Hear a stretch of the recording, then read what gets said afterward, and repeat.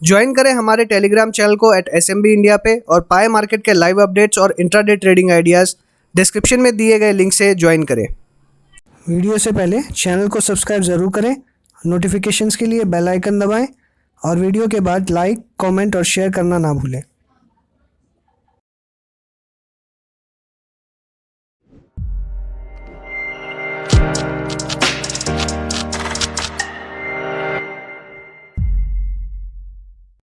Download करें live connect app और पाएं latest news feed, latest videos और देखें live TV on the go, Zee business, CNBC Awaaz, CNBC TV 18 जैसे चैनल्स और फॉलो करें हमें सोशल मीडिया पे जैसे हमारे टेलीग्राम, कोरा, ट्विटर और फेसबुक पर। Hello friends, welcome to life advisors. आप देखना शुरू कर चुके हैं stock market today and tomorrow.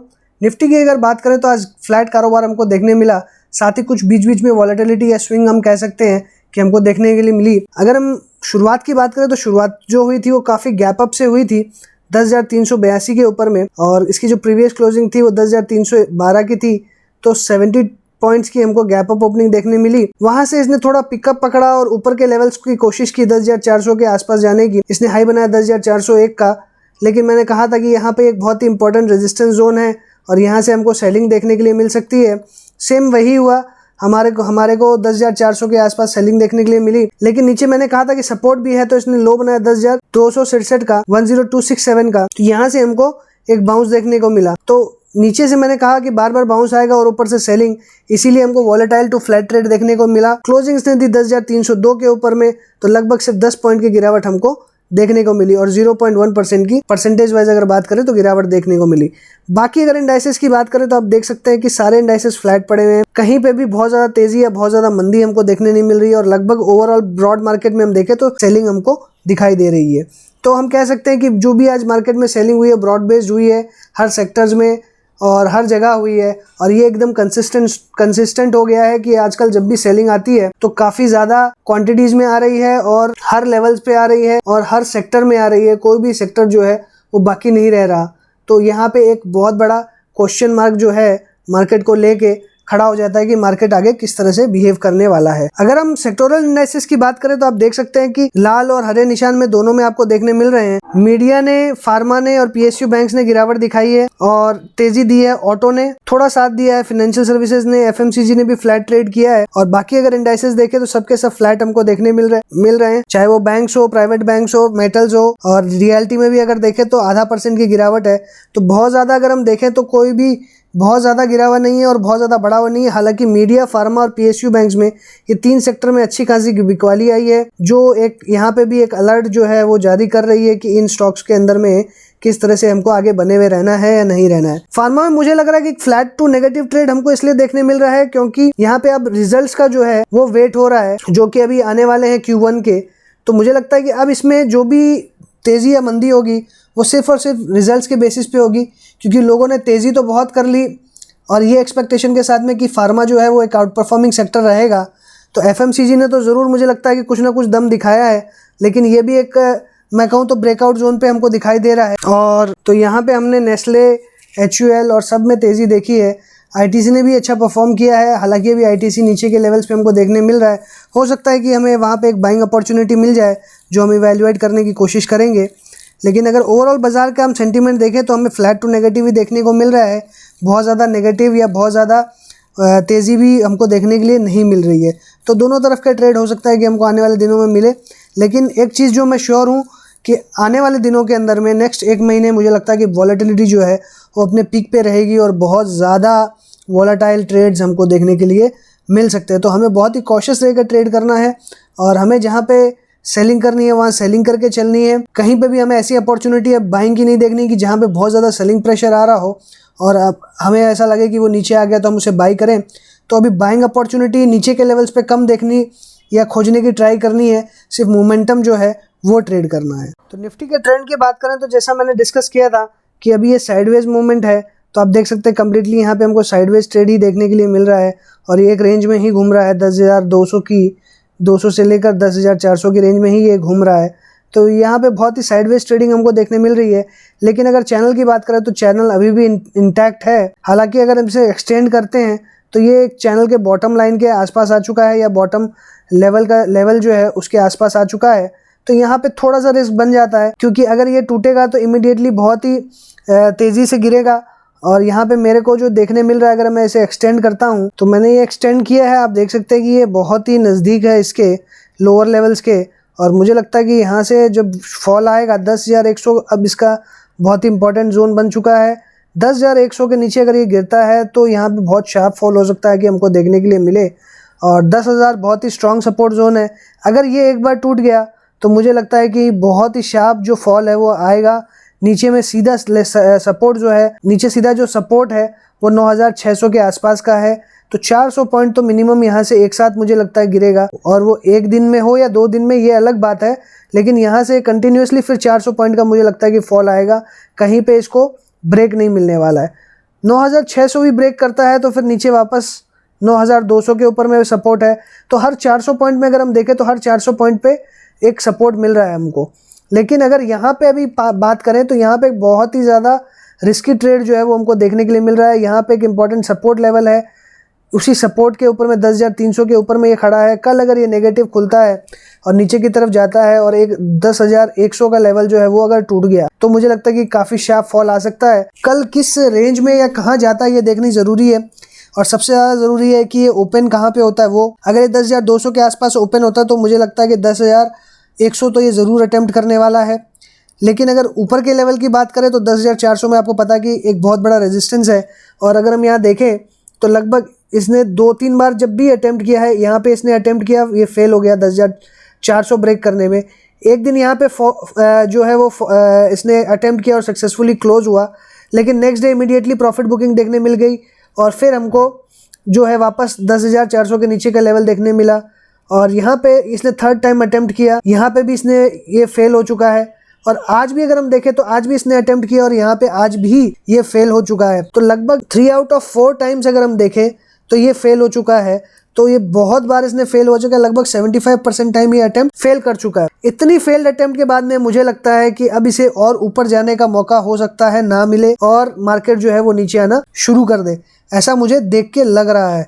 तो कल की ओपनिंग कहाँ होती है और कल की क्लोजिंग कहाँ होती है, ये दो जो फैक्टर है ये बहुत मायने रखेंगे। 10,250 के नीचे अगर ओपनिंग होती है तो मुझे लगता है कि इमीडिएटली इसके अंदर में एक शॉर्ट बिल्टअप जो है वो हो सकता है। और 10,100 इसने एक बार ब्रेक किया तो मुझे लगता है 10,000 भी इमीडिएटली उसी दिन हमको दिखाएगा। और उसके नीचे के लेवल सीधा 9,600 मुझे बहुत ही इंपॉर्टेंट सपोर्ट जोन दिखाई देता है। 9,600 के बाद में 9,200 का लेवल जो है ये काफ़ी एक इम्पॉर्टेंट सपोर्ट जोन है। और 9,200 के बाद में 8,800 का लेवल जो है ये एक बहुत इंपॉर्टेंट सपोर्ट जोन है। तो आप क्लियरली देख सकते हैं कि हर 400 पॉइंट के ऊपर में एक अच्छा सपोर्ट जोन बना हुआ है। तो ये अगर गिरता भी है तो इसे नीचे सपोर्ट मिलता रहेगा, वहाँ से हो सकता है कि वापस इसे बाउंस भी मिले। लेकिन अगर ये एक बार चैनल जो है ये ब्रेक कर देता है तो मुझे लगता है कि एक अच्छा खासा फॉल हमको देखने के लिए मिल सकता है। बट फिलहाल जो 4-5 दिन से चल रहा है वो एक साइडवेज मूवमेंट है और मुझे ऐसा लग रहा है कि ये कंटिन्यू भी रह सकता है। तो कल की ओपनिंग और कल की जो क्लोजिंग है वो आगे के फ्यूचर कोर्स ऑफ एक्शन को डिफाइन करेगी। तो अभी बहुत ज़्यादा बेरिश नहीं है और बहुत ज़्यादा बुलिश भी नहीं है, लेकिन कल कैसी इसकी स्थिति रहती है वो देख के हमें आगे के फ्यूचर कोर्स ऑफ एक्शन को डिसाइड करना है। ज्वाइन करें हमारे टेलीग्राम चैनल को @SMB इंडिया पे और पाए मार्केट के लाइव अपडेट्स और इंट्राडे ट्रेडिंग आइडियाज़ डिस्क्रिप्शन में दिए गए लिंक से ज्वाइन करें। तो बात करें अगर हम चेंज इन ओपन इंटरेस्ट की तो यहाँ बहुत ही शॉकिंग डेटा हमको यहाँ पे दिखाई दे रहा है कि 10,100 के लेवल पे बहुत ही हैवी क्वांटिटीज़ में पुट अनवाइंडिंग हमको देखने के लिए मिल रही है। और अगर हम 10,000 की बात करें, 10,000 पे थोड़ी बहुत हमें पुट राइटिंग देखने के लिए मिल रही है। लेकिन अगर ऊपर की बात करें तो ऊपर के लेवल्स पे 10,400 के लेवल पे बहुत ही अच्छी क्वांटिटी में हमको कॉल राइटिंग देखने मिल रही है। 10,500 पे भी बहुत अच्छी कॉल राइटिंग देखने को मिल रही है। तो ऊपर के लेवल पे जो रेजिस्टेंस है ये तो क्लियरली हमें दिखाई दे रहा है। हमने कल भी देखा था कि कल बहुत अच्छी क्वांटिटीज़ में कॉल राइटिंग हुई है, लेकिन नीचे में जो अनवाइंडिंग हुई है इससे एक सपोर्ट का हिलना जो है वो दिखाई दे रहा है कि नीचे जो सपोर्ट बना हुआ था 10,200, 250, 100, यहाँ पे एक सपोर्ट का जो फियर है वो यहाँ पे दिख रहा है। और अगर यहाँ पे अनवाइंडिंग हुई है तो हो सकता है कि कल 10,100 का जो लेवल है वो अटेम्प्ट हो सकता है, वो यहाँ से दिखाई दे रहा है, क्योंकि 10,100 पे बहुत हैवी क्वांटिटी में हमको अनवाइंडिंग देखने मिल रही है। तो ये बहुत बड़ा क्वेश्चन मार्क है और बहुत बड़ा क्वेश्चन है। और ये यहाँ पे एक रीज़न और ही भी हो सकता है कि आज अनाउंसमेंट होने वाली थी मोदी जी प्रेस कॉन्फ्रेंस करने वाले थे, तो मे भी हो सकता है कि उसके फियर के कारण 10,100 पे हमको अनवाइंडिंग देखने को मिली है। तो ये ऐसा भी हो सकता है कि कल हमें वापस से पुट राइटिंग वापस हेवी क्वांटिटीज़ में देखने के लिए मिल जाए, वापस सपोर्ट बिल्डअप हो जाए। लेकिन मुझे लगता है एज ए कॉशन 10,100 का लेवल पे पुट अनवाइंडिंग हुई है, तो यहाँ पे हमें बहुत ही कॉशियस रहना है और बहुत ही चौकन्ना रहना है कि कल किस तरह से ट्रेड होगा। कल अगर नीचे की तरफ खुलता है तो हो सकता है कि वापस बाउंस भी मिल सकता है, तो उसके लिए भी हमें तैयार रहता है। सुबह सुबह खुलते ही हमें हमारा सारा माल बेच देना है, ऐसा नहीं करना है हमको, क्योंकि 10,100 पे जो अनवाइंडिंग हुई है उससे तो यही लग रहा है कि मार्केट नीचे आने की आशंका है, इसीलिए यहाँ पे अनवाइंडिंग हुई है। लेकिन इसके अपोजिट भी हो सकता है, और अगर ये नीचे आता है तो काफ़ी ज़्यादा प्रीमियम पुट राइटर्स को मिलेगा, तो वो वापस से पुट राइटिंग भी कर सकते हैं और वापस मार्केट को सपोर्ट मिल सकता है। तो कल जो है, कल बहुत वॉलेटाइल ट्रेड होने वाला है, ये तो मुझे दिखाई दे रहा है। अगर हम 10,300 की बात करें जो कि हमारा क्लोजिंग लेवल था, तो यहाँ पे कॉल राइटिंग पुट राइटिंग हमें दोनों देखने मिल रही है। कॉल राइटिंग ज़्यादा क्वांटिटी में देखने को मिल रही है in comparison to put writing. और अगर ऊपर के लेवल की बात करें तो बहुत ही ह्यूज क्वांटिटीज़ में हमको कॉल राइटिंग देखने मिल रही है। और अगर नीचे की तरफ देखें तो पुट राइटिंग भी अच्छी खासी बनी हुई है 10,000 के लेवल पे, 9,500 के लेवल पे। पर अगर कंपेयर करें कॉल से तो कॉल राइटिंग ज़्यादा हेवी दिखाई दे रही है। इसलिए हमें ये तो क्लियर है कि ऊपर में रेजिस्टेंस जो है वो बहुत ही ज़बरदस्त है और बहुत ही बना हुआ है। 10,300 के लेवल पे कॉल राइटिंग ज़्यादा देखने को मिल रही है, तो ये सजेस्ट कर रहा है कि मार्केट जो है कल के डेट में थोड़ा सा लोअर खुल सकता है और जो बैटल है इनकी वो कंटिन्यू रह सकती है।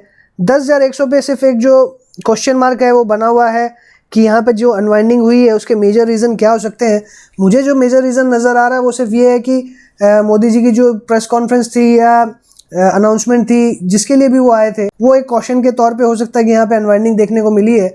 तो हो सकता है कि कल वापस हमें कॉल राइटिंग पुट राइटिंग देखने को मिल जाए, तो इसीलिए हमें कॉशियस रहकर ट्रेड करना है। नीचे अगर मार्केट आता है तो हो सकता है कि वापस बाउंस भी कर सकता है। तो शॉर्ट जो है वो हमें बहुत ही सोच समझ के बनाना होगा और बहुत ही कॉशियसली बनाना होगा, क्योंकि हो सकता है कि ये शॉर्ट्स में भी हमें ट्रैप कर दे। कल की अगर रेंज की बात करूं तो मुझे कल की रेंज जो दिखाई दे रही है वो 10,100 से 10,300 की रेंज दिखाई दे रही है कि इस रेंज के अंदर में कल ट्रेड हो सकता है, जो कि 200 पॉइंट की है। वापस अगर कल 10,250 के नीचे अगर मार्केट ओपन होती है तो हो सकता है कि तुरंत ही हमें और सेलिंग प्रेशर देखने को मिले। 10,200 अगर ब्रेक होता है तो इमीडिएटली 10,100 जो लेवल है ये सपोर्ट के तौर पे एक्ट करेगा।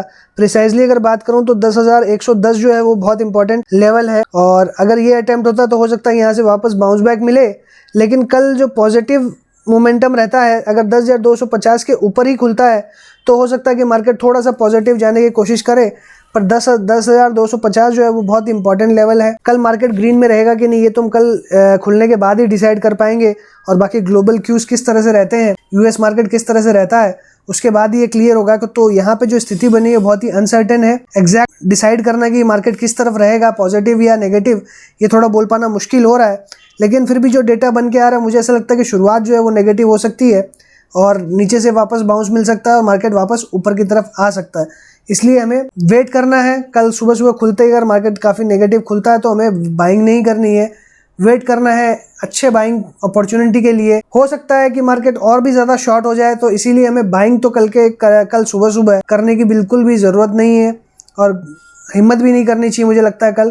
तो बाकी जो चीज़ है वो सब हम अपने टेलीग्राम चैनल पर डिस्कस करेंगे कि हमें किस तरह से मार्केट को ट्रेड करना है। अगर आपने ज्वाइन नहीं किया है तो आप ज्वाइन कर सकते हैं। अगर FII की एक्टिविटी की बात करें तो FIIs ने आज 4796 का बाई किया है, 6796 का सेल किया है, लगभग 2000 करोड़ की इन्होंने सेलिंग करी है। अगर DIs की एक्टिविटी की बात करें तो 5247 इन्होंने बाई किया है, 3195 सेल किया है, नेट में इन्होंने 2051 की बाइंग करी है। तो अगर हम देखें जितनी भी आज सेलिंग हुई है, फिर से आप देख सकते हैं कि DIs ने अब्जॉर्व कर ली और मार्केट इसीलिए जो है वो नीचे नहीं जा पा रहा है। वो जब भी सेलिंग करते हैं DIs अब्जॉर्व कर लेते हैं, अगर DIs सेल करते हैं तो FII अब्जॉर्ब कर लेती है। तो ये जो यहाँ पे इनकी जो रणनीति है या खेल जो चल रहा है वो बहुत ही ज़बरदस्त है और इसीलिए मार्केट नीचे नहीं जा रहा है। तो मुझे ऐसा लग रहा है कि अगर FIIs नेगेटिव है तो DIs पॉजिटिव है और वाइसे वर्सा है। अगर ये कंटिन्यू रहता है तो फिर से वही मार्केट एक रेंज में फंसा रहेगा। तो कल जो मार्केट खुलेगा उसके बाद ही हम कह सकेंगे कि मार्केट में किस तरह से ट्रेड हो सकता है या किस तरफ मार्केट जा सकता है, क्योंकि इनका जो डेटा है आजकल कंसिस्टेंट नहीं आता है, बहुत ही उलट पुलट डेटा आता है। इसीलिए बहुत कॉशियस है कि हमको अभी काम करना पड़ेगा। अगर हम इनके फ्यूचर ऑप्शन की बात करें तो इंडेक्स में इन्होंने 41 करोड़ का आप देख सकते हैं कि सेल किया है। इंडेक्स ऑप्शंस में 225 करोड़ का सेल किया है, स्टॉक फ्यूचर्स में 790 करोड़ का सेल किया है, स्टॉक ऑप्शंस में 127 करोड़ का सेल्स किया है। तो ओवरऑल इन्होंने सिर्फ और सिर्फ सेलिंग करी है और 2385 का इन्होंने सेल किया है। तो यहाँ पे डेटा बिल्कुल नेगेटिव बन के निकल रहा है और हो सकता है कि ये डेटा जो है हमारे कैश मार्केट के साथ में मिल भी रहा है, तो यहाँ पे एक नेगेटिव हमको इम्पैक्ट देखने को मिल रहा है। हो सकता है कि अगर DIAs एब्जॉर्ब ना कर पाएँ कल सेलिंग को, तो ये कंटिन्यू फर्दर जो मार्केट है, जो डाउन साइड की हम बात कर रहे हैं, वो डाउन साइड रह सकता है मार्केट। तो जो भी है कल मुझे लगता है कि एक नेगेटिव ट्रेड तो हमको ऑब्वियसली देखने मिल सकता है। ये हमें ऑप्शन के डेटा भी बता रहे हैं, ये हमें FIS के डेटा भी बता रहे हैं, और जो हमारा चार्ट है वो भी बहुत ज़्यादा स्ट्रॉन्ग नहीं है। तो हो सकता है कि जो सेलिंग प्रेशर है वो कल हमको देखने के लिए मिले। डाउनलोड करें लाइव कनेक्ट ऐप और पाएँ latest news feed, latest videos और देखें live TV on the go, Zee business, CNBC Awaaz, CNBC TV 18 जैसे चैनल्स, और फॉलो करें हमें सोशल मीडिया पे, जैसे हमारे टेलीग्राम, कोरा, ट्विटर और फेसबुक पर। तो बात करें अगर कुछ स्टॉक्स की, तो सबसे पहला मेरा स्टॉक रहेगा रिलायंस इंडस्ट्रीज़ का। तो रिलायंस इंडस्ट्रीज़ में हम देखें तो यहाँ पे एक अच्छा खासा मुझे लग रहा है ब्रेकडाउन हो चुका है, और 1700 के नीचे मैंने कहा था कि इसमें शॉर्ट बनेगा। अगर ये कल 1700 के नीचे जाता है तो मेरा पहला टारगेट रहेगा 1645 का, और उसके बाद में 1600 का मेरा टारगेट रहेगा। ये दो टारगेट के लिए हम इसमें सेलिंग कर सकते हैं। इस केस में जो हमारा स्टॉप लॉस है, स्टॉप लॉस इसके अंदर में रहेगा 1720 का, क्योंकि ये इंपॉर्टेंट सपोर्ट जोन इसका बना हुआ था काफ़ी दिनों से और इसने ये ब्रेक किया है। तो मुझे लगता है कि 1720 के स्टॉप लॉस के साथ में हम इसके अंदर में एक सेलिंग करके चल सकते हैं, और नीचे के टारगेट्स 1645 और 1600 का हमें टारगेट मिल सकता है। और सिंस अगर मार्केट को नीचे जाना है तो ये एक बहुत ही हेवीवेट स्टॉक है, और हेवीवेट स्टॉक होने के कारण मुझे लगता है कि ये जो है सबसे बड़ा कंट्रीब्यूटर रहेगा इस मार्केट को ड्रैग करने में। अगला स्टॉक है हमारा RBL बैंक का। तो RBL बैंक में हमने देखा था कि नीचे के लेवल से अच्छे एक मूवमेंट आया था इसके अंदर में। अगर करंटली हम इसके सपोर्ट की बात करें तो इसने अपना सपोर्ट जो है वो ब्रेक कर दिया है। इसने कैंडल जो आज बनाई है इससे एकदम कम्प्लीटली ब्रेकडाउन दिखाई दे रहा है, लेकिन नीचे में यहाँ पे सपोर्ट थोड़ा सा हमको देखने मिला है, जो कि आज इसका लो था 172.55 का। तो कल अगर ये नेगेटिव खुलता है और 172 के नीचे जाता है तो मुझे लगता है इमीडिएटली 160 का जो टारगेट है वो हमको कल इसमें देखने मिल सकता है RBL बैंक के अंदर में। 160 का सपोर्ट अगर टूटता है तो बहुत ही नीचे में इसका सपोर्ट है 140 का, 40 रुपये के आसपास। तो ये बहुत ही इंपॉर्टेंट सपोर्ट जोन रहेगा, और अगर यहाँ पे आता है तो मुझे लगता है कि यहाँ पे फिर मैं बाई करके चलना है। लेकिन अगर नीचे की लेवल्स की बात करूँ तो 160 तो मुझे इमीडिएटली यहाँ से दिखाई दे रहा है, लगभग 10% की गिरावट मुझे यहाँ से दिखाई दे रही है, या 13% की अगर कहूँ तो 8% 9% की गिरावट तो मुझे डेफिनेटली यहाँ पे नज़र आती है 172 के नीचे में। अगर ऊपर की बात करें कि अगर ये यहाँ से रिवर्सल लेता है तो क्या होता है, तो मुझे लगता है फ्रेश बाइंग जो है वो सिर्फ 180 के ऊपर ही करनी चाहिए। 180 के ऊपर, या स्पेसिफिकली अगर देखें तो 182 के ऊपर ही जब निकलेगा तभी इसके अंदर में वापस अपसाइड मूवमेंट आ सकता है। अगर 182 के बाद में अपसाइड मूवमेंट आता है तो मैक्सिमम मुझे लगता है 200 तक ये कैपिंग रहेगी। 200 निकलेगा तब और बड़ी तेज़ी इसके अंदर आ सकती है, लेकिन फिलहाल मेरा व्यू यही रहेगा, अगर 182 के ऊपर निकलता है तो हमें 200 तक के टारगेट को चेस करना है। 172 के नीचे ये निकलता है तो हमें 160 और 140 तक के टारगेट्स चेस करने हैं। अगला स्टॉक है अशोक लेलैंड का। तो अशोक लेलैंड का मैंने डिस्कस भी किया था पहले और कहा था कि नीचे अपने लेवल पे आ जाएगा 45 के आसपास के। तो वापस हम देखें तो ये 46.95 के आसपास आ चुका है। अभी इसका जो ये डिमांड जोन बना हुआ था 45 का लेवल जो है, अगर हम हर जगह देखें तो ये एक अच्छा खासा डिमांड जोन बना हुआ था। तो हो सकता है कि यहाँ से रिवर्सल हो जाए। तो अगर ये अगर 45 के नीचे जाएगा तो मुझे लगता है कि यहाँ पे सेलिंग बढ़ सकती है, या 44 के नीचे अगर स्पेसिफिकली कहूँ तो हो सकता है कि और ज़्यादा ब्रेकडाउन आए और नीचे 40 तक के लेवल आ जाए। तो हमें ये चीज़ बहुत केयरफुली ऑब्जर्व करनी है कि ये किस तरफ जा रहा है। अगर ये पॉजिटिव, या हम कहें कि ये रिवर्सल यहाँ से दिखाता है, तभी हमें इसे बाई करके चलना है। अदरवाइज़ हमें यहाँ से एग्जिट कर लेना है, या हमारी लॉन्ग पोजीशन है तो एग्जिट कर लेना है। शॉर्ट हमें यहाँ पे मुझे लगता है कि शॉर्ट बनाने की जगह भी नहीं है, क्योंकि अगर हम 44 के नीचे अगर करेंगे तो मैक्सिमम 40 जो कि 10% के आसपास बनता है। मुझे लगता है कि रिस्क रिवॉर्ड जो रहेगा वो यहाँ फेवरेबल नहीं रहेगा, इसलिए हमें शॉर्ट करके बिल्कुल नहीं चलना है। हमें इसमें सिर्फ और सिर्फ बाइंग अपॉर्चुनिटी ढूंढनी है। मुझे लगता है कि 44-45 के लेवल के आसपास आता है तो यहाँ पे थोड़ी सी हमें बाइंग करनी चाहिए। हम स्मॉल क्वांटिटी में यहाँ पे बाई कर सकते हैं इस लेवल पे 44 से 45 के बीच में स्मॉल क्वांटिटी में हम बाई कर सकते हैं। अगर रिवर्सल का साइन आता है तो हम और क्वांटिटी बाई करेंगे, और अगर ये ज़्यादा नीचे गिरता है तो 40 रुपये के आसपास हम स्टॉक को और एक्यूमुलेट करते हैं। अगर ये और गिरता है 35 रुपये के आसपास तो हम इसे और एक्यूमुलेट करते हैं। मुझे लगता है अशोक लेलैंड एक ऐसा स्टॉक है जिसे हमें नीचे के लेवल्स पे एक्यूमुलेट करना चाहिए फॉर लॉन्ग टर्म। तो जितना नीचे हमें मिल पाएगा, जितने नीचे के लेवल्स पे हम एवरेज कर पाएंगे, तो मुझे लगता है कि इसके अंदर में रिटर्न्स अच्छे बन पाएंगे। तो यहाँ पे मुझे शॉर्ट की अपॉर्चुनिटी बहुत ज़्यादा नहीं दिखाई देती है। जब ये 51-55 रुपये था तब मैंने कहा था, तब हम अगर शॉर्ट करते तो फिर भी ठीक था। फ्रेश शॉर्ट इसमें हमें नहीं करना है। अगला स्टॉक है मेरा आइडिया का। तो आइडिया में जैसे मैंने कहा था कि यहाँ पे एक ट्रायंगल फॉर्मेशन हो रहा है, और ये ट्रायंगल जो फॉर्म हुआ था इसने यहाँ से ब्रेकआउट करने के बाद में अच्छा मूव दिखाया। 11.5 रुपये तक का जो मूव है वो दिखाया इसके अंदर में, और अभी करेंटली 10.6 जो कि मेरा ब्रेकआउट का लेवल था उसके ऊपर बंद हुआ है। कल अगर ये वापस ऊपर बंद होता है तो यहाँ पे एक नया पैटर्न फॉर्मेशन हो रहा है, और जो कि ये कब का है एग्जैक्टली अभी तक ये पैटर्न जो है वो फॉर्म नहीं हुआ है, क्योंकि कब का पैटर्न फॉर्म होने के लिए वापस इसको ऊपर तक आना होगा। तो अगर मुझे लगता है कि कल के डेट में अगर ये वापस 11 रुपये के ऊपर निकलता है तो हम अपनी पोजीशन इसमें रख सकते हैं, और वापस 12-12.25 रुपये तक के जो टारगेट्स हैं वो इसके अंदर देखने के लिए मिल जाएंगे। लेकिन इसके नीचे अगर ये निकलता है तो हो सकता है कि इसके अंदर में वापस ब्रेकडाउन आ जाए और वापस नीचे के लेवल हमको देखने के लिए मिले। लेकिन मेरा ऐसा मानना है कि अभी इसमें एक थोड़ी सी बुलिश पोजीशन बनी हुई है, और इसके अंदर में जो पैटर्न है वो भी सपोर्टिव दिखाई दे रहा है। तो मुझे लगता है कि इसके अंदर में वापस 11 रुपये जैसे ये निकलेगा तो वापस तेज़ी बनेगी, और 12-12.25 रुपये तक के टारगेट्स इसमें हमको देखने के लिए मिल सकते हैं। इसे हमें शॉर्ट कब करना है? हमें सिर्फ शॉर्ट इसमें मुझे लगता है 9 रुपये के बाद ही इसमें बड़ा शॉर्ट बनेगा, या बड़ी मंदी जो है वो 9 रुपये के बाद में ही है मुझे आती हुई दिखाई दे रही है। 9 रुपये के पहले मुझे लगता है इसे शॉर्ट नहीं करना चाहिए यहाँ पे। अगला स्टॉक है मेरा L&T का। तो L&T में हम अगर इसका मूवमेंट देखें तो काफ़ी साइडवेज चल रहा है काफ़ी समय से, और ये एकदम अपने सपोर्ट के ऊपर में ही ये घूम रहा है, और अभी करेंटली इसका लेवल है 943। आज इसने बढ़ने की कोशिश की थी बट फिर इसने नीचे का रास्ता देख लिया और ज़्यादा बढ़ नहीं पाया। सपोर्ट की बात करें तो यहाँ पे एक अच्छा खासा सपोर्ट बना हुआ है। अगर हम करेंटली देखें तो यहाँ पे ऊपर की तरफ में ये ट्रायंगल फॉर्मेशन यहाँ बना रहा है। अभी ये ट्रायंगल के अंदर ही चल रहा है, तो मुझे लगता है कि अभी इसके अंदर में सेफ्टी जो है वो बनी हुई है, और ये हो सकता है कि और 2-3 दिन एक साइडवेज मूवमेंट दिखाए। ये जब भी नीचे की तरफ मूव करेगा मुझे लगता है आफ्टर 920 अगर बात करें तो 920 या 900 के बाद में इसमें सेलिंग प्रेशर जो है वो देखने के लिए मिलेगा। 900 रुपये के बाद में बड़ा सेलिंग प्रेशर आएगा, और तेज़ी की अगर बात करें तो मुझे लगता है तेज़ी का लेवल जो है वो लगभग 980 का है। 980 के बाद में इसमें बड़ी तेज़ी आ सकती है। तो अभी इसके अंदर में साइडवेज मूवमेंट ही मुझे दिखाई दे रहा है। 980 पार करेगा तो हम 1050 और 1100 तक के लेवल चेस करेंगे।